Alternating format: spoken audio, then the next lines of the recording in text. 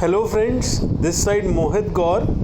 In today's video, we'll compare top 10 banks and their key ratios. So as you can see on the sheet, the first ratio to be compared is price to book ratio. So it is nothing but the ratio of current market price of the share divided by the book value in the bank's balance sheet. So as you can see, Kotak is having the maximum PB ratio, followed by AU Small Bank and HDFC. So it indicates that at how much premium the stock is currently trading vis-a-vis the book value of the stock. The second ratio is the CASA ratio, which is nothing but the current account saving account percentage. So this depicts the growth of the bank over a period of time. So HDFC Bank has 42% CASA accounts. Kotak again has the highest CASA account percentage, which is 52.5. Anything above 40 is a good percentage for CASA when it comes to banks. The third ratio is ROE. ROE is your return on equity, and for IDBI Bank it's negative, and for the prime banks like HDFC it's 16.5%. Kotak is at 12%, and some of the other banks like Bandhan and IndusInd are fairly at more than 15%. Another interesting ratio for banks evaluation is the ROA, the return on asset. This signifies that how diligently the management is working on their assets. So for a large size bank it is roughly 1.25 at an average. If HDFC is at 1.83 at the moment, it means that management is doing quite a job in terms of managing their assets.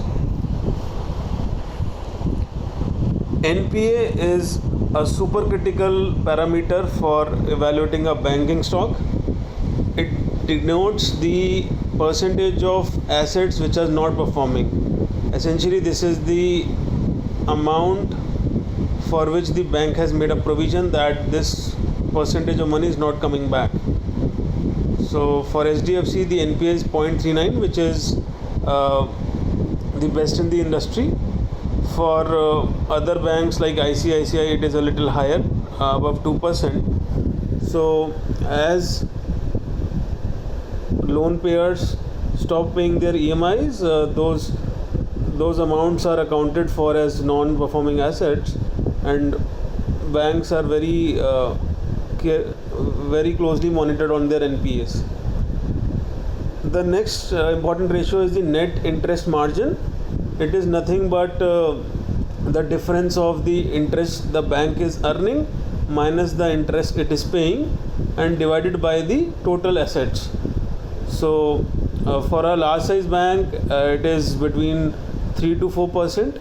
So for HDFC it is at 4%, Kotak it's 3.73, and ICICI is 3.09. So net interest margin again indicates the kind of spread bank is earning over their interest payments versus their interest they are receiving.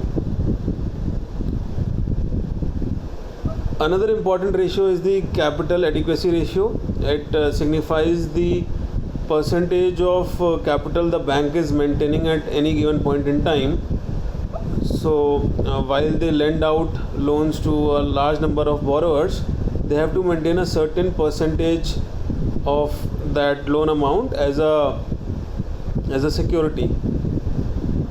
I mean, they maintain an adequate percentage of sum in their books. So for both Kotak and HDFC it's quite healthy, more than 17%. ICICI again one of the largest bank is maintaining 16.89% of CAR. So anything above 15 is a good percentage for a bank. Last but not the least is the advances growth parameter. This signifies that what is the growth in number of loans the bank is lending out. So anything above 2022 is a good number. For HDFC it's almost 25% as of current financial year. For Kotak it's 21%, and for ICICI is a little low, 14.49%. So this is the primary reason that HDFC is able to maintain a consistent growth, since they have a 24% growth in their advances. Somebody like RBL is at 34%, so they have been gaining a lot of market lately. So in a nutshell, we have discussed 7-8 key ratios when it comes to evaluating a banking stock.